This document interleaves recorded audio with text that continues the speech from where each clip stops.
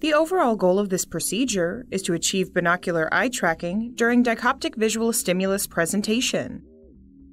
In the study of vision, it's often important to show each eye a different image, for instance using mirrors. This is called dichoptic stimulation. The main advantage of this technique is that it allows eye tracking during dichoptic viewing in a setup that's very compatible with standard eye trackers. It has a low cost and poses very few limits on the size and color of the visual stimuli you use.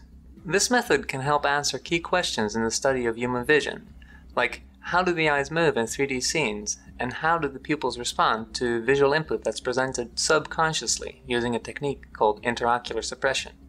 Generally, individuals attempting to do eye tracking in normal dichoptic setups will struggle, because the mirrors used for dichoptic presentation block the sight of video-based eye trackers.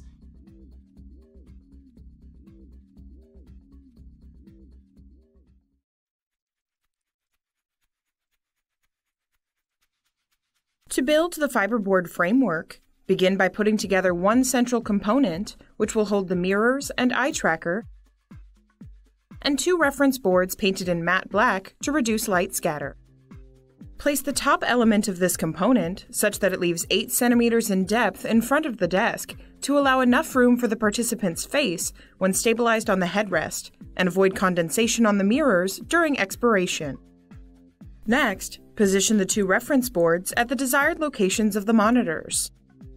Mount 2 flat-screen monitors on standard monitor arms clamped to the side of the desk to allow translation in 3 dimensions as well as rotation in the plane of the screen. Then, connect the mirror mounts to the fiberboard and stabilize the mirrors on the mirror.